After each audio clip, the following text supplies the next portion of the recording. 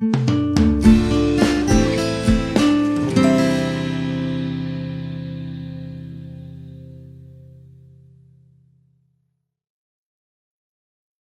Hashem's loving grace, this is Lazer Brody from the Holy City of Yerushalayim, Kudsha Chesed Yeshiva, with another one of our Emunah series lessons based on the teachings of our beloved Rabbi and spiritual guide, Rabbi Arush. Hashem bless him always. May the words of my mouth and meditation of my heart be gratifying to Hashem, and they give joy and love and satisfaction to everyone that hears them. That the real words of Torah should be enlightening, should enlighten up our souls. The more light we have in our souls, the happier we are, the closer we get to Hashem. So with that in mind, I want to make a special dedication. Today's shiur is dedicated to the loving memory of Daniel Raphael ben Pnina. May his neshama have an aliyah in this week of our learning together today. That done, I have an important announcement. Let me very important. It's fresh out of the oven. I just found out about myself today, and from the Breslev Israel office, they asked that we announce it. We know we go to Uman every year on Rosh Hashanah. And every year on Rosh Hashanah, a lot of people don't go because they don't want to bring my wife, or some people want to bring my children, and my wife doesn't feel good. Okay, so we're having a family trip coming up from the 20th of March to the 25th of March. This comes Shabbat Parshat Shmini. This is Parshat Shmini. It comes out of Parshas Para. Okay? Week of Parshas Para.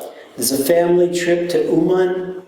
And if you want information about the trip, you write down a telephone number. In Israel, you'd call 052-718-0448. From the USA, you'd call 972-5271-80448.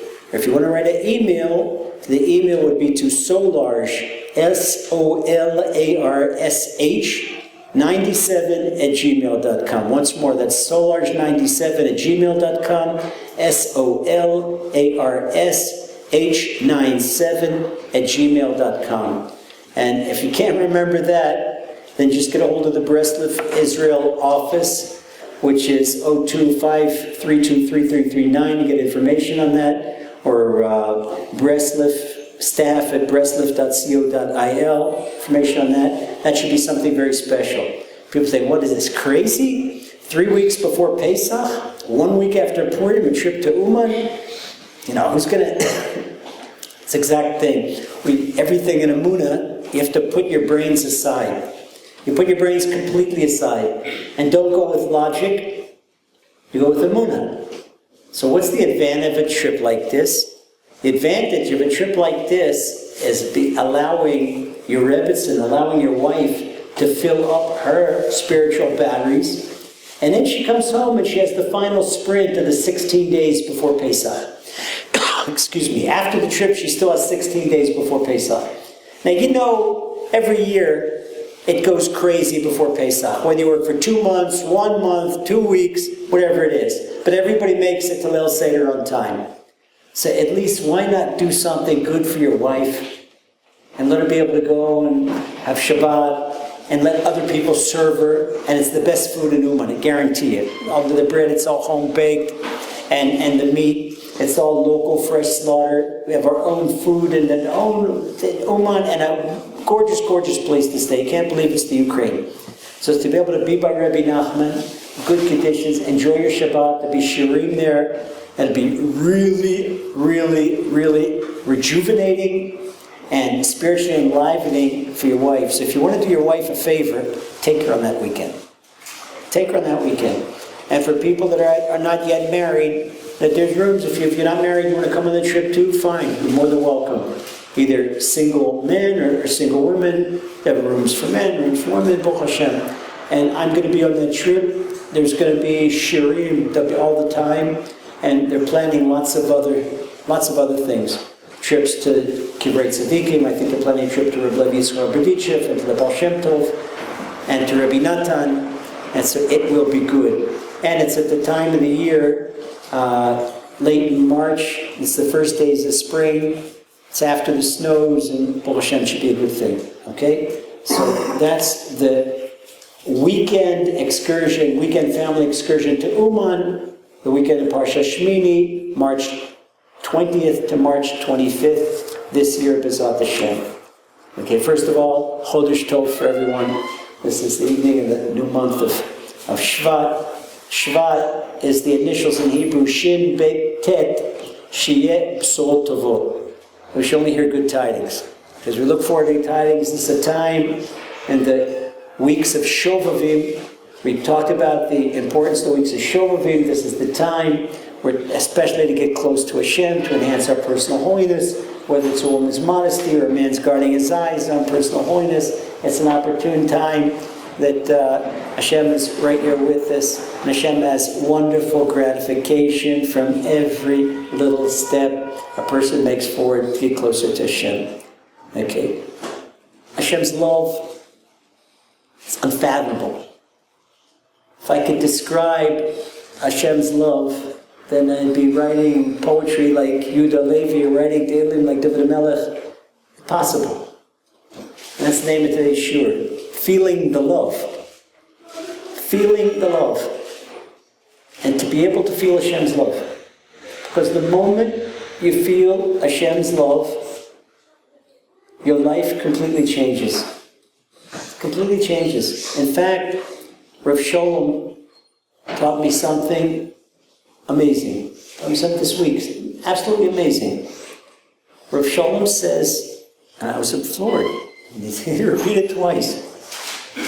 Rav Shalom said, you know what the source of emotional sickness is?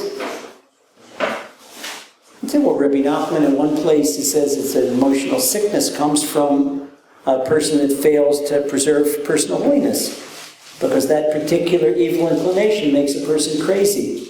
Rav Shalom says that's true, but it's deeper than that. It's deeper than that. What's the blemish in personal holiness? When people look for false love. We'll mention more of that. In other words, the Western concept of love is not love, it's lust. And lust is love of oneself. True love is love of the person, the object of your love. In other words, the object of your love, you really love your wife, and your wife asks you to bring something home on the way to work, on the way home from work. Okay, and you say fine, because you really love her. And then she stops and thinks, she says, husband, it's not difficult for you to schlep that home? Well, when you really love your wife, can you imagine if it's not your wife? Imagine it's your kala. Imagine you're engaged, and your kala asks you to pick something up for her on the way from work. You do it with wings in your heart. So why your wife, you will be married more, your love should be growing. It shouldn't be the infatuation that's not real love before chasana. When you love somebody, you love something, you can do anything. You can do anything. Rav Shalom says that, okay, when you're not in the real love, the person is in fallen love. Fallen love, what Rabbi Nachman calls it. Ahava nefula. And that's false love. It's the love of flesh, and love that neshama, connection to neshama, to its source, to Hashem. Okay. So why do we not feel Hashem's love? We don't feel Hashem's love because our hearts are sunk in false loves. In other words, if you want to say, okay, I'm going to teach you a Torah lesson. Teach you a Torah lesson. Yeah, in a minute, a screen is going to come up, and you'll see a broadcast on the screen. But meanwhile, I go out of the room, and in comes the Yetzer Hara, and the Yetzer Hara hijacks the screen and puts his film up on the screen.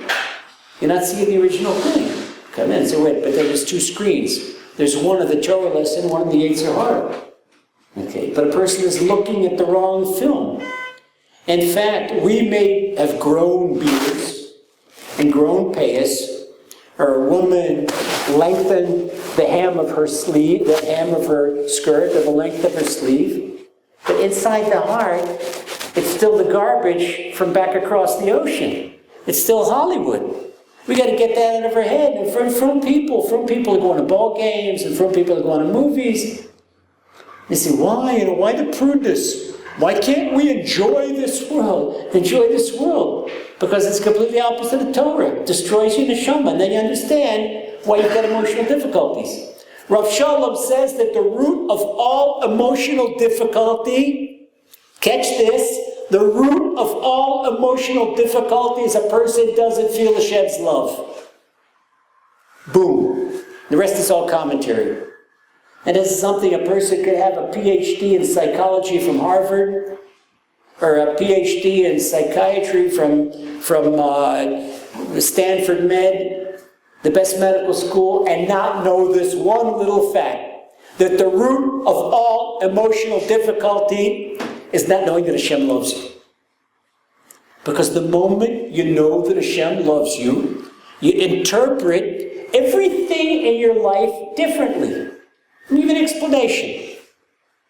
A man is walking down the street. This explanation, we give an example. If you've read The Trail of Tranquility, has everybody read The Trail of Tranquility? If you haven't read The Trail of Tranquility, I suggest you read it. Okay? It's a good complement to the Garden of Emunah. Man's walking down the street, and a guy grabs him and pulls him off the sidewalk into this room. He doesn't know what the room is, but the room is a gym. And inside this gym is a boxing arena. And he throws him inside the arena, the guy's still in his street clothes, and some person goes up and he starts hitting him in the face. Hits him once and hits him twice. God, it's normal. What am I doing? And what's he hitting me for? I didn't do anything. So the more he gets hit, the more he gets frustrated. And he's crazy then. This guy's blood pressure is going up really quick. Okay? And if you could measure this person's neurotic level, it's going really, really up quick. And it's almost on the border where neuroses turn into psychoses. You could turn this guy into a psychotic, keep hitting him in the head a couple of times, he's going to go crazy. Why? What's going on here? This and that. And you call the police. No, you can't call the police from here, mister. But pat the wall. He doesn't know what's going on. Why are you hitting me? All right. Then they let him go out of the ring. And they bring someone else in the ring.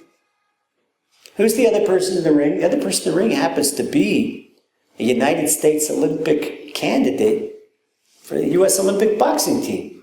Who's the coach? The coach is coach of the U.S. boxing team. These are Olympic tryouts. These are guys from all over university boxing teams in America, semi-professional, and they're trying out for the Olympic team.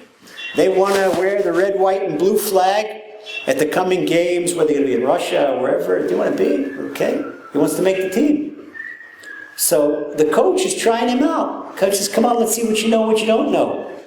And as far as the guy, coach sees that he's got a really strong on the right, and he's quick, but he's got a low left hand, and he lowers his left guard, boom, the coach plasters him right over the left side of the face.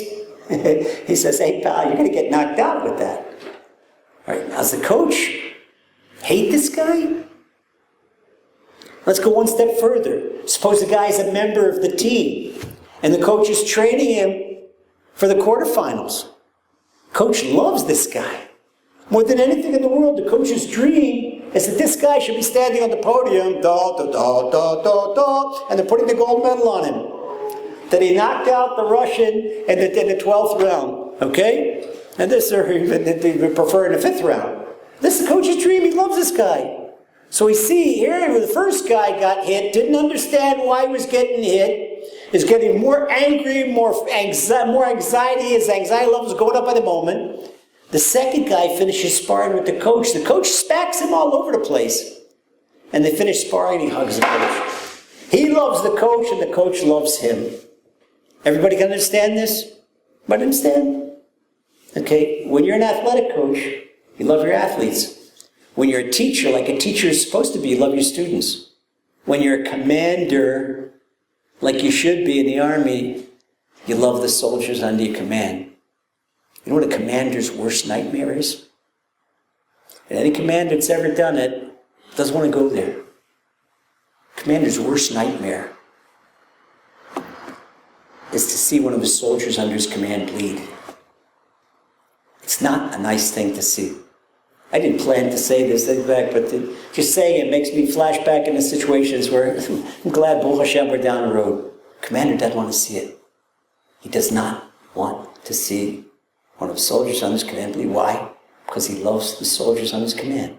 And he wants them to go home to their parents, their mother, their father, and if they're married to their wives and their children, healthy and good things. And he feels personal responsibility because he's commander. And it doesn't matter whether the commander is a platoon sergeant or a platoon commander, or a company commander. That doesn't matter where he is on the command, but that's what's important to him. Even if the guy's a tank commander, and he's only got another 5 guys in his crew, and he's commander of 5 people, that's his thing. He wants to bring all of his crew home safely to their parents, to their families. Okay. Imagine the love that a commander has for his soldiers. Nobody can really appreciate that unless they've been in the army and been in war, but let's go a step further, something that everybody can associate with, can identify with. Imagine a parent's love for a child. How much do you love your child? Okay. Ask the mothers how much they love their child. Boy, big time. Carry that child for 9 months, but living that child way before the child came into the world. Living that child every moment. Father, how much you love your child. Okay, guys, what do we want for our kids? In a minute, we're going to take care of the guys that aren't yet married. All right? If you're not yet a father, imagine, what do you want for yourself? I'm looking at our bachurim, our unmarried guys, and in my heart, and I'm not even your father, but there's no difference between your biological father and me. You know, you're sons of Hashem. Sons of, that's what's the difference between my biological boys that Hashem gave me and between you guys. My blessing for every one of you, and I'm not even your biological father, not your mother, but I hope every one of you gets the best shidduch possible. And it's a blessing for every father, that your kids should marry into the very best family. And you should marry off your kids, and you should have them married with not a single debt. Hashem should give you all the money exactly when you need it. And when you're standing in the chuppah with the challah, you should have a key to your own apartment in Yerushalayim. How's that? Where's the Almighty? Let's get out there with this. Come on. Look at the presents we're giving you. An apartment in Yerushalayim. A wedding with no debts. Okay. The best shidduch in the town. Okay. Come on. Maybe Hashem is I'm praying for him. I'm doing it. I'm just saying sure. We say sure. I'm praying for you. Baruch Hashem. Okay, just imagine what we want for ourselves, what we want for each other, what we want. Imagine all the good stuff. I could continue on with long descriptions, but you know what I'm talking about. That is nothing compared to what Hashem wants for each of us. Because we're His children. The Torah says, Bonim atem l'Hashem Elokechem. That's the Torah. The Torah says, you are the beloved children of Hashem. And Hashem calls us B'ni B'chori Yisrael. My first son, my firstborn, Israel. That's firstborn, it's only born. Now I'm Skula. I'm Skula. It's my own dear special nation. That's where we are in Hashem's eyes. What we want for ourselves, what we want for our children, is nothing compared to what Hashem wants from us. So people say, oh, Lazer, that's great. What a nice pinky hunky-dory story. Tip throwing through the tulips, then where's everything? I need health. Person says he needs health, he's got a health issue. Where's my good health? He needs parnasa, he doesn't have parnasa. Somebody needs shalom bayit, doesn't have shalom bayit. Somebody's been walking around without their soulmate, doesn't have their soulmate. All these problems. Somebody has difficulty learning Torah. What did Hashem is letting him then stew in his stander, and then he's not understanding his Torah? Every single person has an issue. And we look around, one person has more emotional pain than another. Where's Hashem? And where's all these gifts that Hashem loves us so much? Okay, let me ask you two things. Now we're back to the parents, but even if you're not parents, imagine your 7-year-old cries to you, and you're walking past the toy store, and he wants this 5,000-piece Lego that costs 800 shekels, and he wants it right now. You give it to him right now? How many people grant little Shmelky what he demands, knock him on the table and he has a tantrum? Okay. Or even little Devorah. Little Devorah's got a problem. She's got a sweet tooth. And little Devorah is 3.5 years old.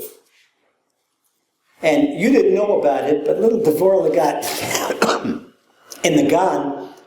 They give her a piece of chocolate toffee. Boy. Okay, so little Devorah, she now loves her chocolate toffee. And she comes home, Mommy, I want chocolate toffee. Okay, Mommy knows chocolate toffee is not good for Devorah. I just had a family with a difficult problem. What's the problem? They have a 6-year-old son, gorgeous little 6-year-old son, but he's afraid of dentists. And he refused to go to a dentist. He can't sit in a dentist chair. And on top of this problem, he loves sugar. So not taking proper care of the teeth, I think a 6-year-old with craters in his mouth. Not cavities, craters.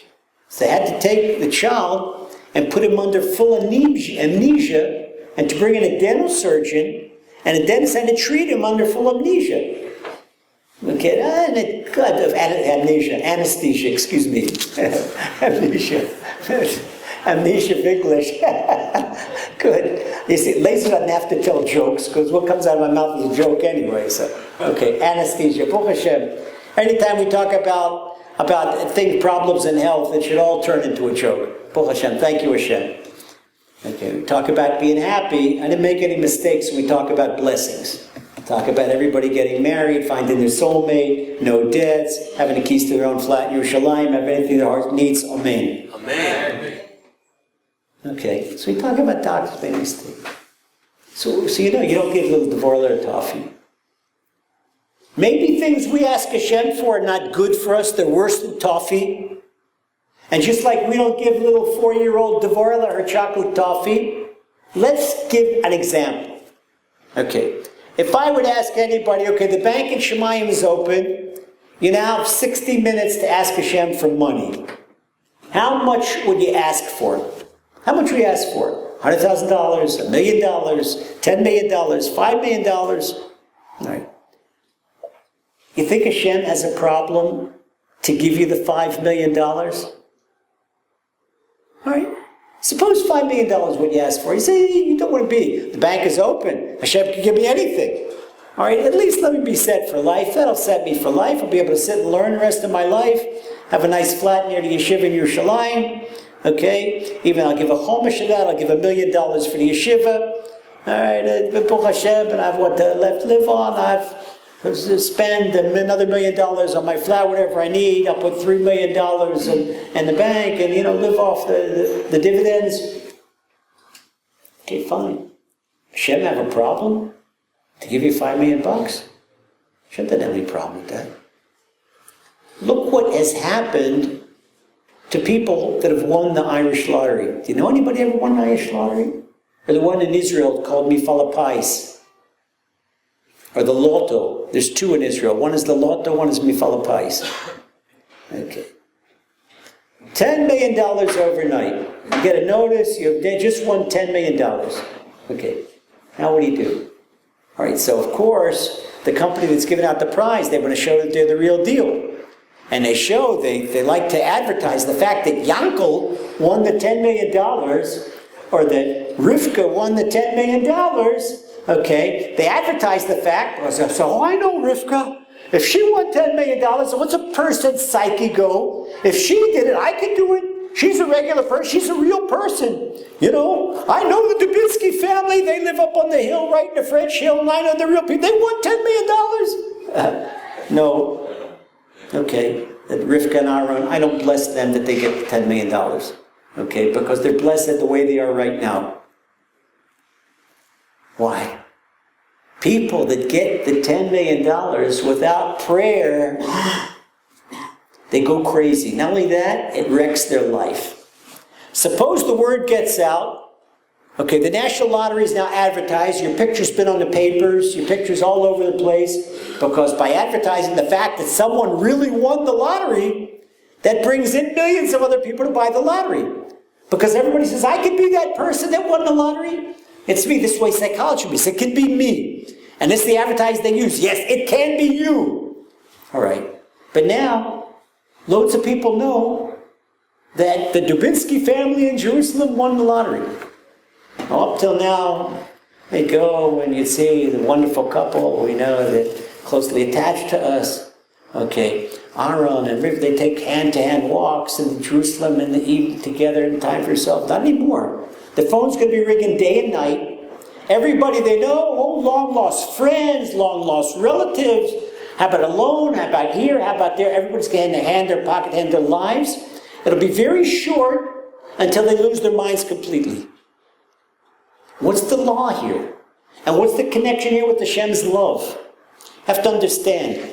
Hashem as a loving Father has unlimited divine abundance, both spiritual and material, that He wants to bestow on every one of us.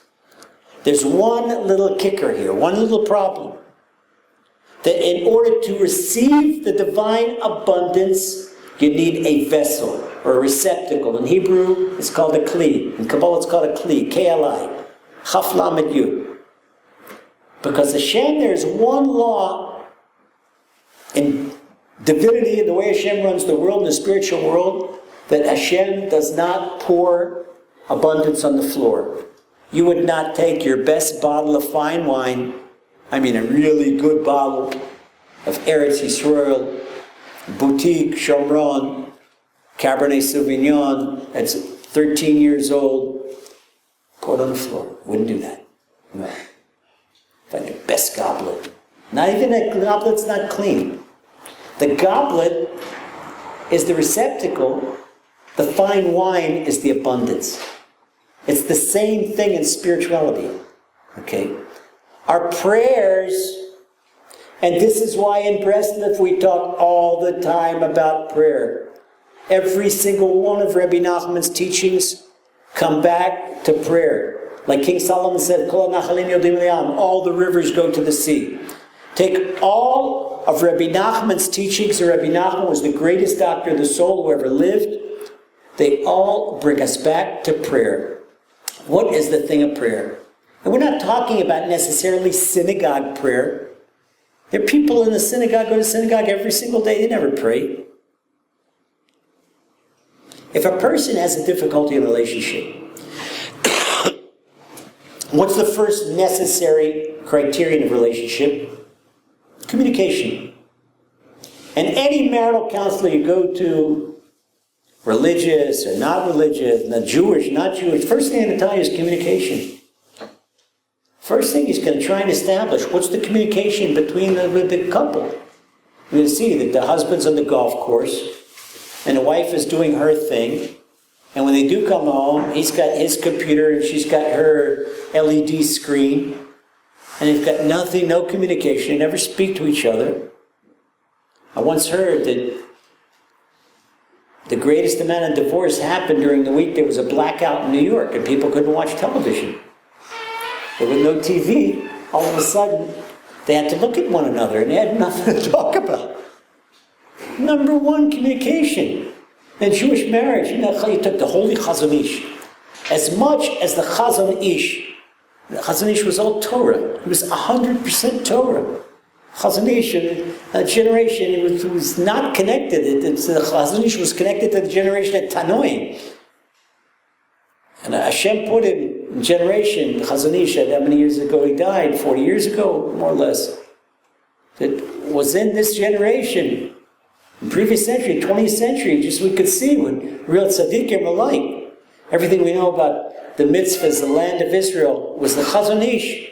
That he took the dust, all the mitzvahs, and reinstituted the observance of Shemitah in the land of Israel. What the Chazon Ish did is mind-boggling. And all the Chazon Ish did, he was a sickly man, and with excruciating pain, he learned Torah day and night. But yet the Chazon Ish said, invest time in talking to your wife every single day. The holy Chazon Ish. Can't tell you, it's the other half of your neshama. It's the other half of your neshama. Why? Why did the Chazon Ish put an emphasis with all his Torah? And he would speak to his Rebbetzin.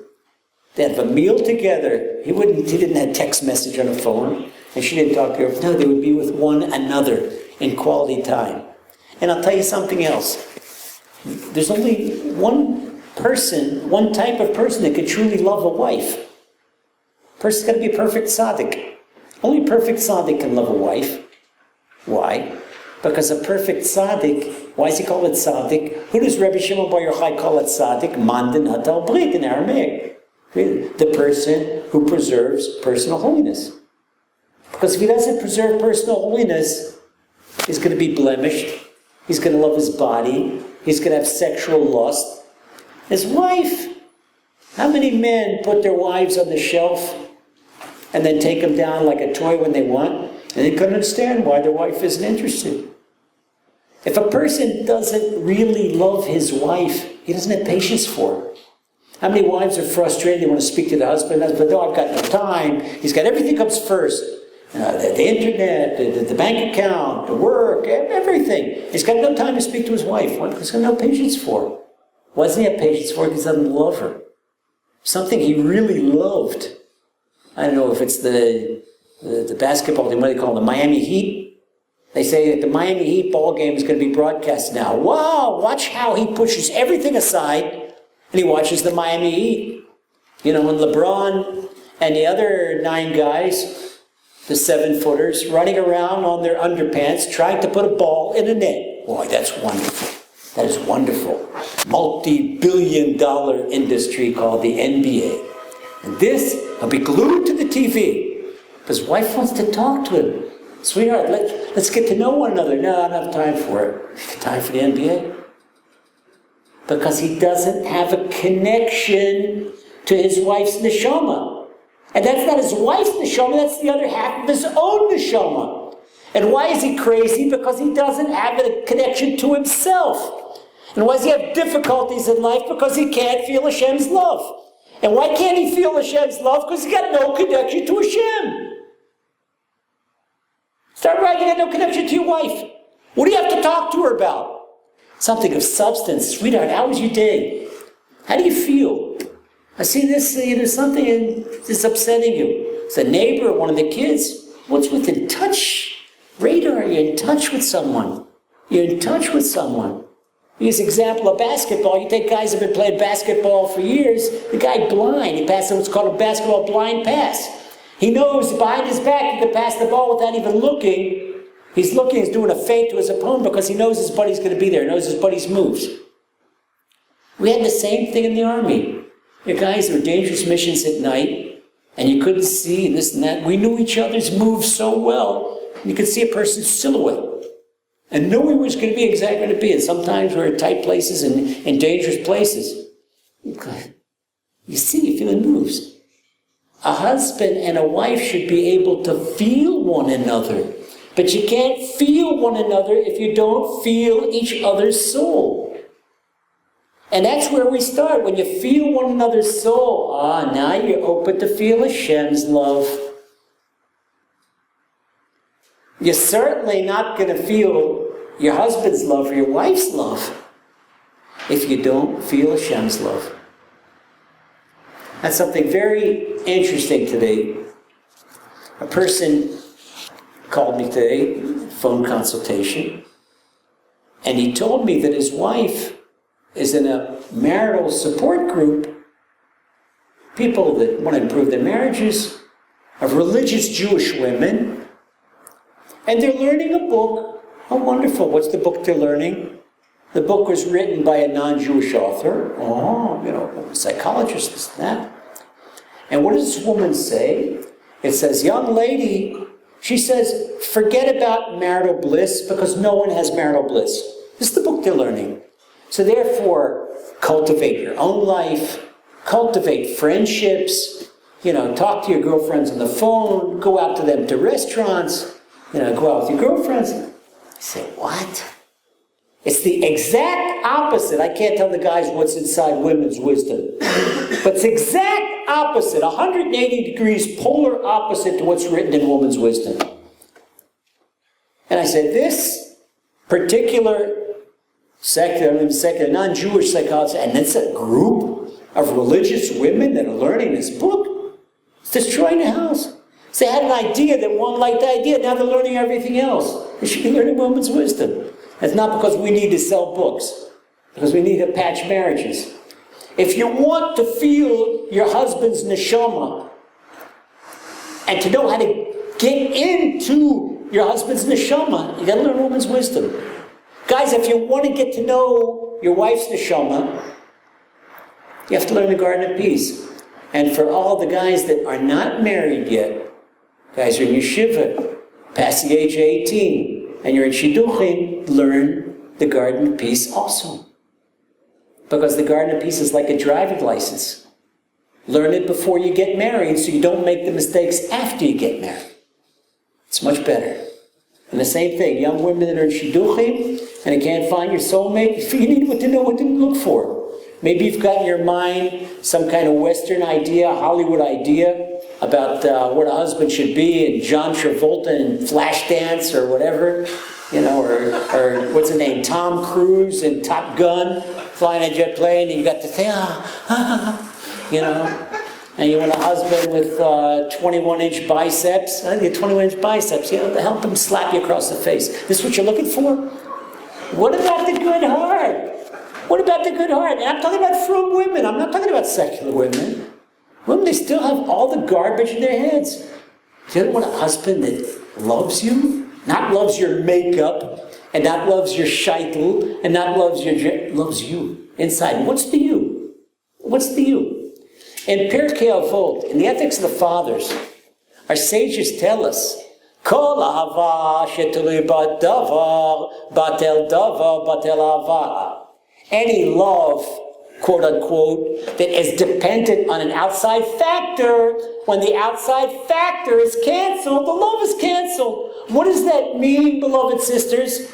It means that you're prancing around and you're trying to show off your beauty to other men, or you're going to shidduch, and you're so worried about your makeup and this and that, your appearance, your clothes.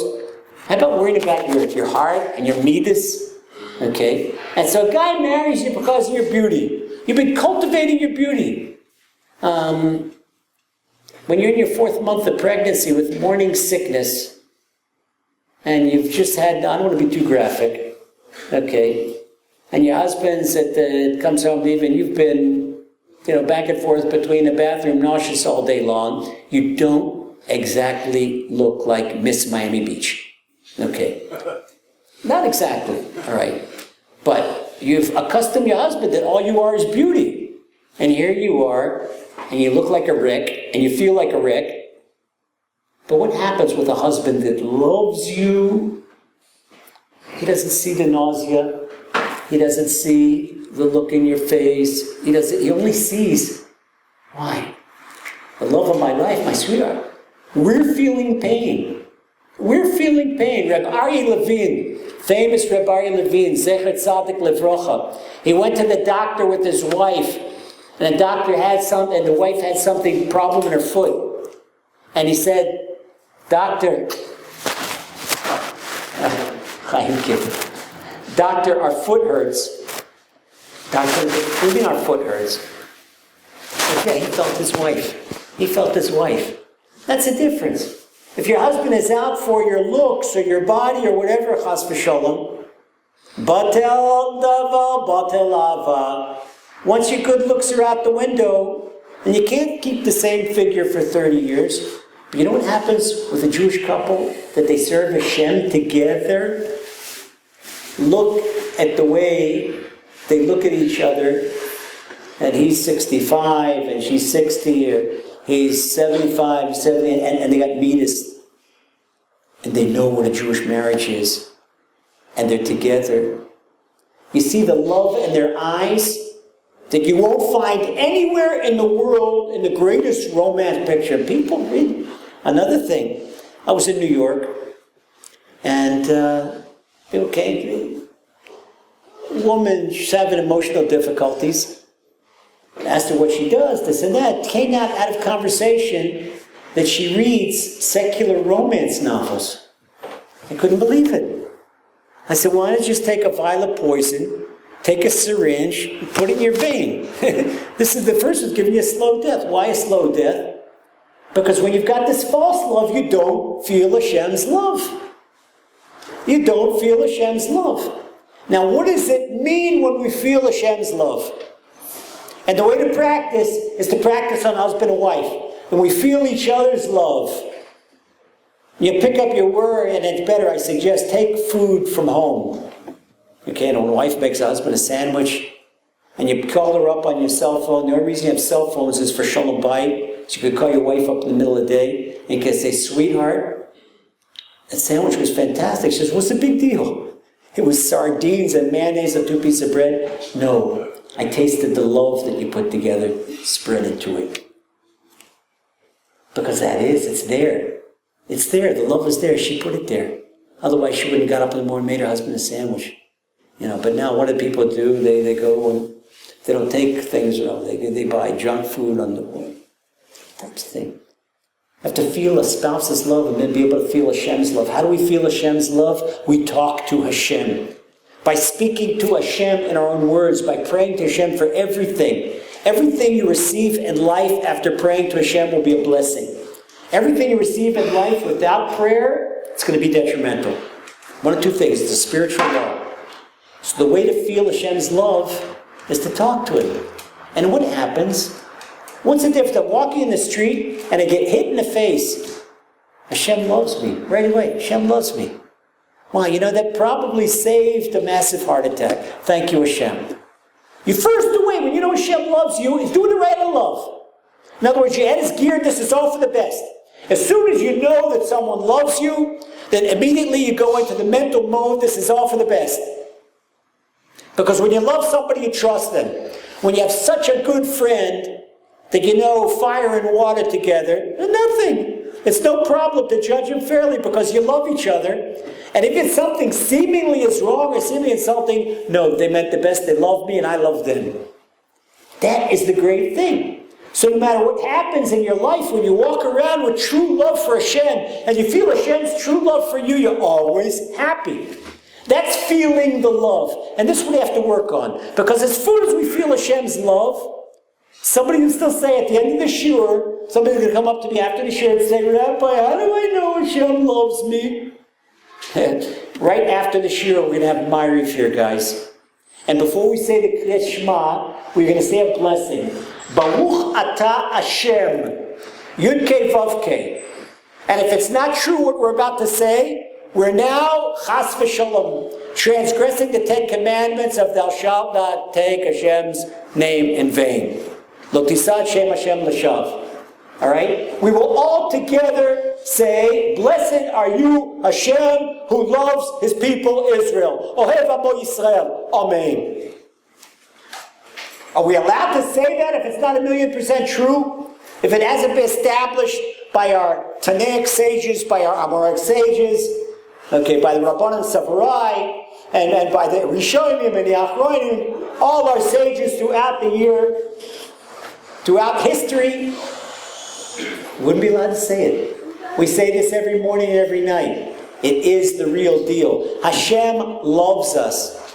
Hashem loves us. And whenever you've got a difficult problem and you need right away SOS, you need emergency help, emergency emotional help, say to yourself 3 times, and I'll sign the paper. I'll sign the paper. If you don't believe it, I'll sign the paper for you.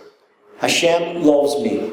Hashem loves me. Hashem loves me. You got to tell yourself this over and over again until you believe it. And put out everything, connect to kosher sources, just like you're supposed to eat kosher food, so listen to kosher music, learn from kosher sources, so that you don't get the fall in love and the Hollywood, the garbage, you don't get into that heart. Because it's going to block Hashem's love, and it blocks Hashem's love, like Rav Shalom says, it's going to create emotional difficulties. So, with Hashem's loving grace, every word we say fills Hashem's grace, chesed, rachamim, His mercy, His compassion, it's all from love. Everything Hashem says is love. The word Hashem, Hashem, we're not allowed to say Yud Kei Vav Kei. We say Aleph Dalet Nun Yud. A-D-O-N-I-A. That's the way, that's N-A-I. That's the way we say it. But every single mention of Hashem's name is love. The name means, according to Kabbalah, that Hashem loves an absolute, limitless compassion. No strings attached, unconditional love. And that's the way Hashem loves every one of us. Okay? Take this thought into your head and put it into your heart for Rosh Chodesh, and let it be the beginning of a wonderful new month and a great Shabbat. That we shall soon see Mashiach in our rebuilt temple right here in the holy city of Shalom. Speed our days. Amen. Amen.